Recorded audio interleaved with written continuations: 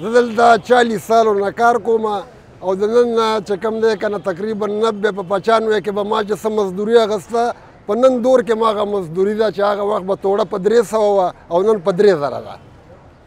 نو موږ له مزدوري نه زیاته شوې ده او نه څوک زیاته راکوي. که په خپل ګاډي یو سړی پیسې لګوي نو هغه ډېرې لګوي، خو چې کله مزدور ته ورکوي نو هغې سره بیا لانجې کوي او چیړ ورسره کوي. که 2000 د مزدور کېږي 1000 ورکوي او که 1000 کېږي 1500 ورکوي. نو په دې وجه باندې چې زموږ هغه کټو هم نیمه پوره نه ده. ګراني دومره په های لیول شو او زموږ مزدوري چې کومه ده که نه همغه ده. نه د حکومت د طرفه څه دغه شوې چې یاره د دې دامره مزدوري والي نه څه نوره څه دغه شوې ده او نه زموږ دلته کوم مشر شته په دې شوبه کې چا ووایي چې وروره د دې دومره مزدوري کېږي دله ورکړه.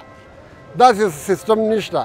بس که د ورځې هم 1000 وګټلې که 1200 مو وګټلې کور ته یو څو بچي م ماړه کړو خپله م وخورو او که لږې ډېرې 200-300 پاتې شي هغه د بیلونو له هغې کرایانو لږ دو. نو په دې وجه باندې موږ ورځ په ورځ باندې لاندې ځو، بره نه ځو، ورځ په ورځ لاندې ځو. نو هغه وجه دا ده چې حکومت موږ نه تپوس نه کوي چې وروره ستاسو ګزاره څنګه کېږي، ته په څنګه ژوند دی په دې هغې کې ګرځې پاکستان کې. نو موږ د دې خپل دغې دپاره چې کوم دی که نه څوک بار روان دي مزدورۍ دپاره، څوک چېرته روان دي، څوک چېرته روان دي. که په دې ملک کې صحیح مزدوري میلاوېدی د چا کار څه و چې بار تله.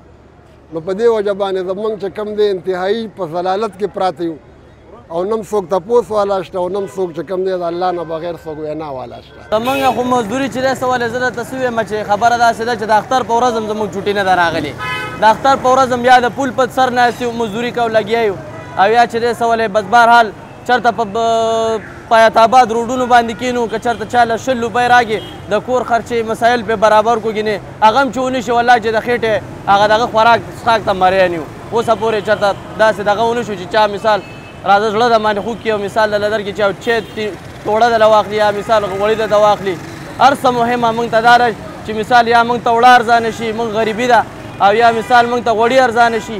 داسې یو ضرورت شی موږ ته پیزار میزار خو هسې وسه نه رسېږي او یو څه هم داسې دغه نشته دی چې زموږ پې مسایل حل شي.